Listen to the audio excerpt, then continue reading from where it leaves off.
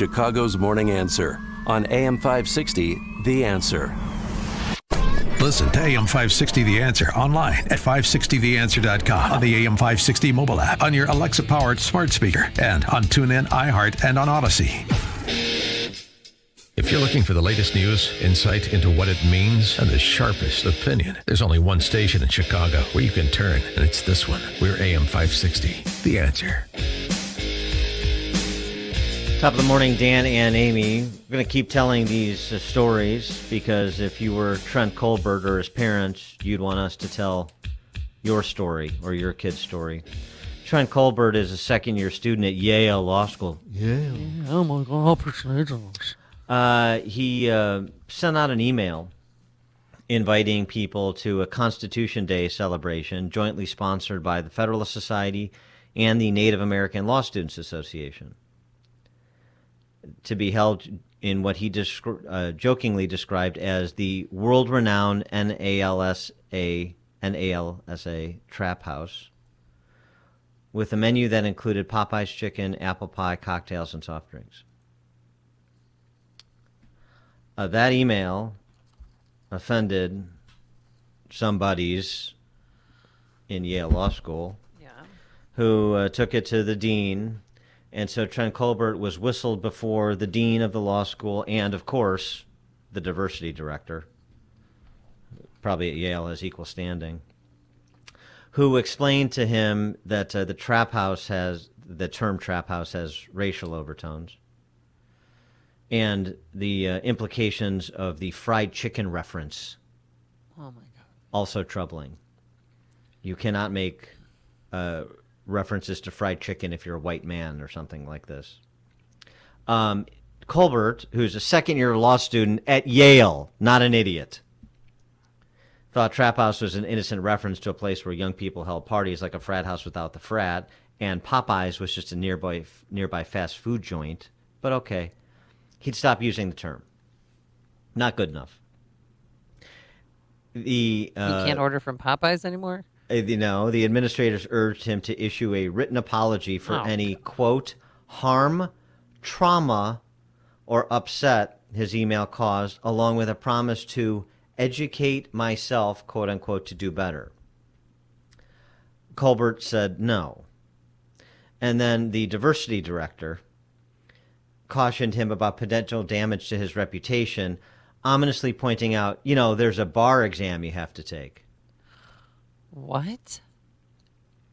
And for those who know, who are lawyers or know of the process, part of the bar exam is a character and fitness assessment.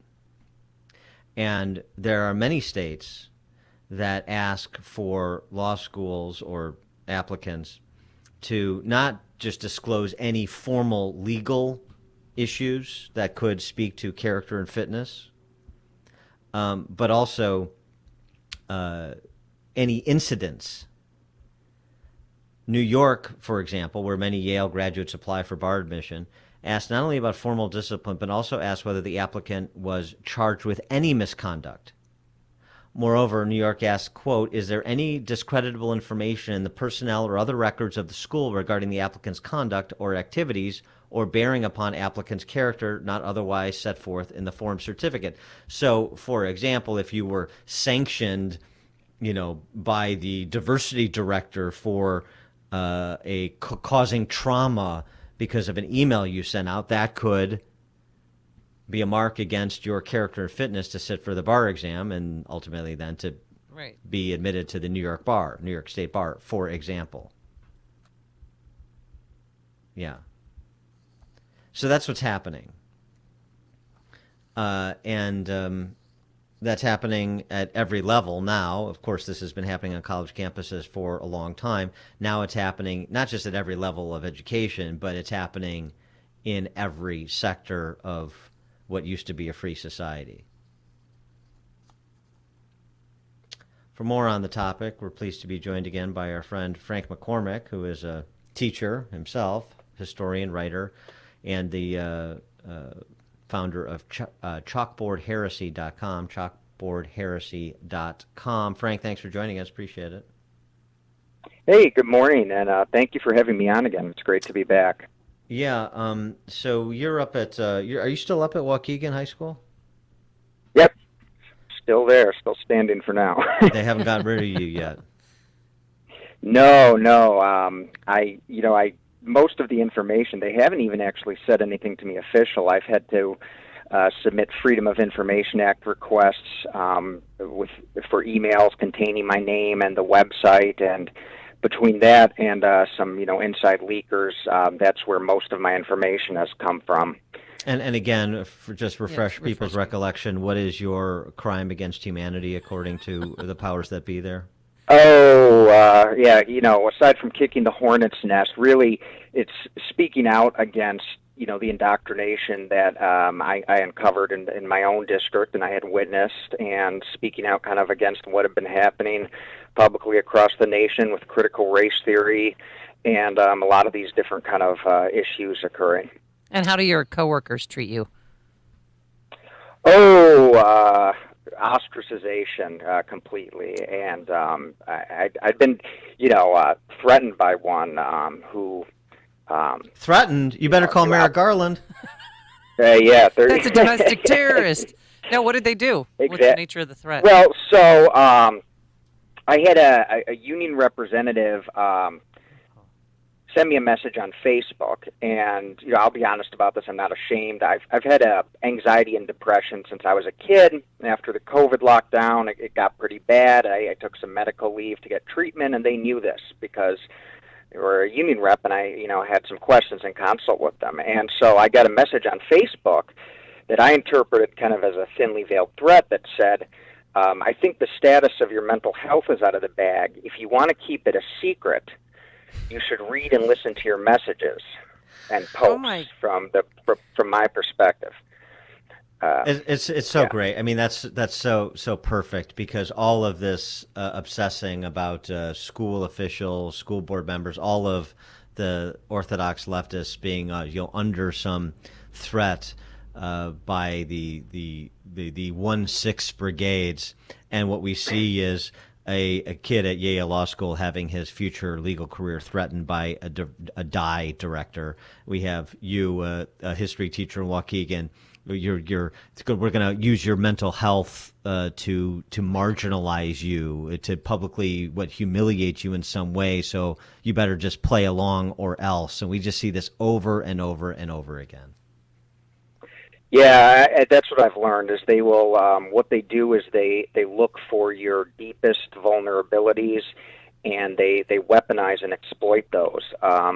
And so when you do this, you really have to be ready to stand against that. And, I went on Twitter and just unapologetically said, here's what happened, here's my story, and, I'm not scared, and I'm not going to be quiet. I'm going to get louder. And that's what I've done every time. I just get louder and louder. And, I don't think they know how to respond. They're used to people slinking away and getting scared, and I'm not having it. Well, I like. I mean, your the website you started, Chalkboard Heresy, is perfect because you're a heretic. I'm a heretic. Amy's a heretic. That's how they view us. It's not. There's a disagreement. You're a heretic because this is our religion, and so we need to purge the heretics, and that's what they're setting out to do. That's absolutely. I mean, and that's the way they treat it. It's another email went out.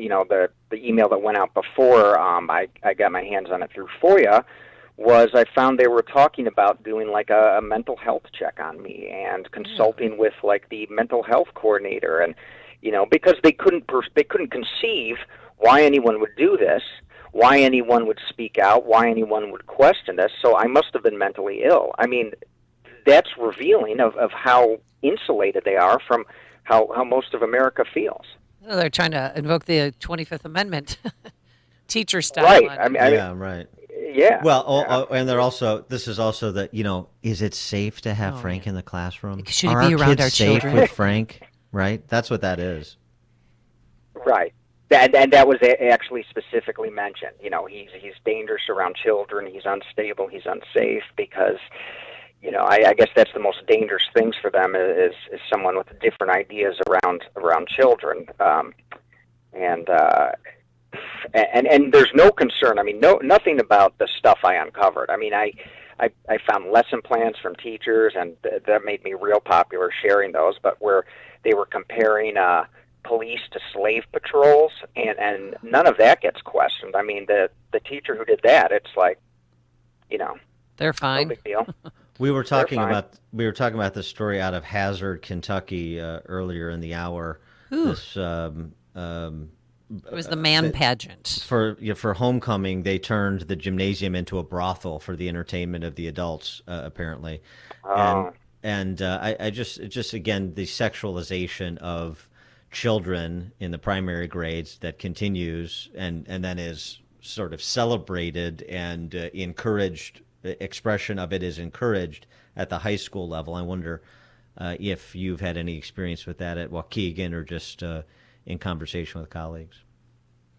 Yeah, I did. One document I found. I think these are kind of tip of the iceberg things because it was in a shared Google Drive. Was a health survey for students, and one of the questions was, "Did you have an orgasm during your last hookup?"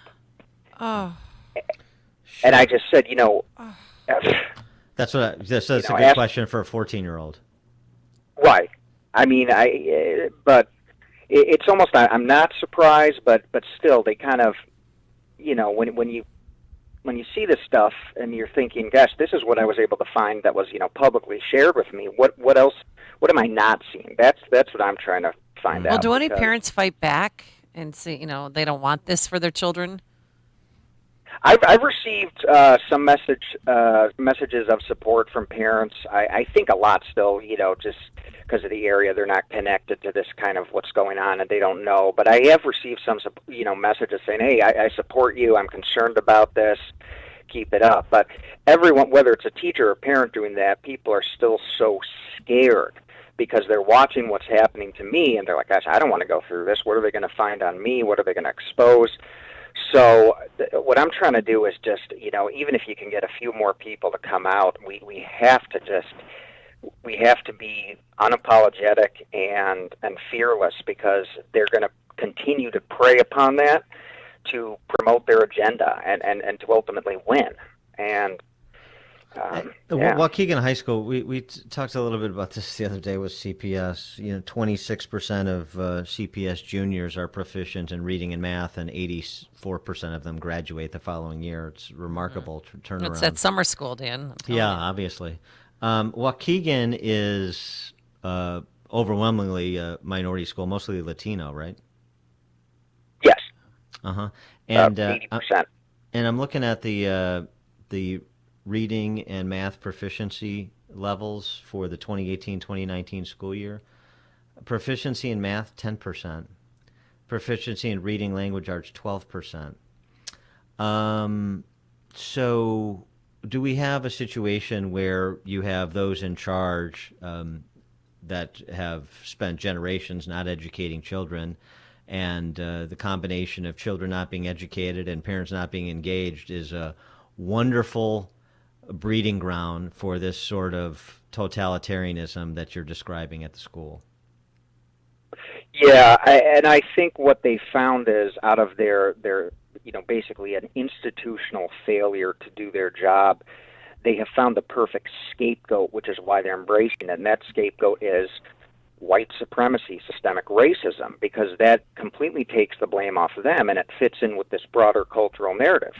And they've paid, they're paying, I think total it'll be over $100,000 on these diversity inquisitors who are basically feeding them this message that, yeah, this is why kids aren't reading and are failing. It's not because the school system is a failure. It's because there is there's white supremacy lurking throughout the halls of our schools and in classrooms. And, of course it's not any of the, you ask any teacher, well, is it you? Well, no, of course not. It's not me. It's not that. It's somewhere, though. It must be me. It must be me for speaking out against this because, then they find they're convenient, I'm the witch. Once we get rid of Frank McCormick, then we'll be at 100% proficiency in reading and math. Yeah. And our kids will be safe. Safer. Jesus Christ. Frank McCormick, teacher, historian, writer. Check out his site, ChalkboardHeresy's.com, and encourage other teachers and parents to do so as well. Build a little community around the community that Frank has started. Frank, thanks for joining us again. Appreciate it. Thanks so much for your support, guys. Thank you, and good luck. And he joined us on our turnkey.pro answer line. This is Chicago's Morning Answer. Your show keeps me alive during the week. There's nobody I'd rather listen to between 5 and 9 in the morning than you guys. On AM 560, The Answer. The Lou Dobbs Financial Report is brought to you by Signature Bank, helping local businesses succeed. Visit signaturebank.bank for your commercial banking needs. I'm Lou Dobbs. Thumbs down from Joe.